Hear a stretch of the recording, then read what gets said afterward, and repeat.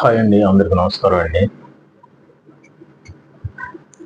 మేము యేసుప్రభువుని నమ్ముకున్నాము. మేము బొట్టు పెట్టుకోవచ్చా, పూలు పెట్టుకోవచ్చా అని అంటారు. మీరు యేసుప్రభువుని నమ్ముకుంటే యేసుప్రభు మిమ్మల్ని పూలు పెట్టుకోవద్దన్నారా, బొట్టు పెట్టుకోవద్దన్నారా, గాజులు వేసుకోవద్దన్నారా? ఎవరండి చెప్పింది మీకు ఇవన్నీ? ఎంత అజ్ఞాతంలో ఉంటున్నారండి. మీరు మీ మనసు నిర్మలంగా ఉండాలి, కరెక్ట్గా ఉండాలని నేను ఇంతమంది కూడా చెప్పాను. పెట్టుకొని బొట్టు పెట్టుకోండి, సాంబ్రాణి పోగేసుకోండి. మీరు చేసిన మంచి పనులు చేయండి. దేవుడికి మనం ఇవ్వాల్సింది ఏమి లేదండి అక్కడ.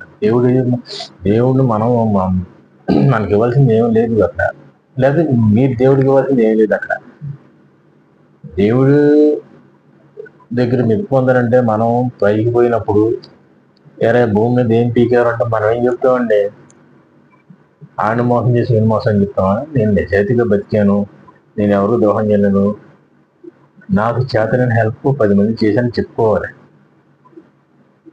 సరే, అది పక్కన పెట్టేస్తే మీరు బొట్టు పెట్టుకోవచ్చు, గాజులు పెట్టుకోవచ్చు, మంచి శారీస్ కట్టుకోవచ్చు, అన్నీ చేసుకోవచ్చండి. మీ మనసు నిర్మలంగా ఉండాలి, అదొకటి చూసుకొని చాలు. మీ ఇంట్లో వాళ్ళందరూ కూడా పాజిటివ్గా ఉండాలి. పాజిటివ్గా అంటే మంచిగా ఉండాలి. నెగిటివ్ థాట్స్ రానియకుండా చూసుకోవాలి. ఇవన్నీ ఉంటే నీకు భగవంతుడి అనుగ్రహం కలుగుతుంది. ఎక్కువగా నెగిటివ్ థాట్స్ ఉన్న వాళ్ళ దగ్గరికి ఎక్కువగా వెళ్ళకండి. వాళ్ళు మాట్లాడే మాటలు మళ్ళీ మీ మైండ్ని డిస్టర్బ్ చేస్తాయి. మీరు చర్చికి వెళ్ళినా ఎక్కడికి వెళ్ళినా సరే మీరు మామూలుగానే ప్రార్థన చేసుకొని, ప్రార్థన అంటే ఏం చేస్తారు? ఏ దేవుడికైనా మనం దండం పెట్టుకోవడం, మనస్ఫూర్తిగా ప్రార్థన చేసుకుని ధ్యానంలోకి వెళ్ళి మీ అనుసంధానం చేసుకోవాలి. మీకు ఏ దైవశక్తి అయితే ఇష్టమో ఆ దైవశక్తిని మీరు కనెక్ట్ చేసుకోగలగాలి. కనెక్ట్ చేసుకుంటే అంతా మంచిగానే జరుగుతుంది. ఇంత ముందులో నాతో మాట్లాడినందరూ కూడా సక్సెస్ అయ్యారు.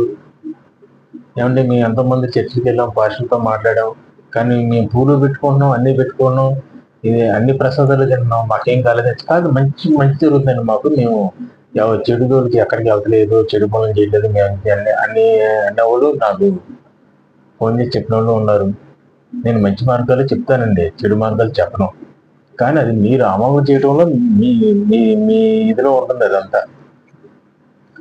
అదంతా చెడు మార్గంలోకి వెళ్లకుండా మీరు జాగ్రత్తగా కనుక దాన్ని కాపాడుకుంటే దైవశక్తి మీకు ఆశీస్సులు ఎప్పుడు మీకు ఉంటాయండి.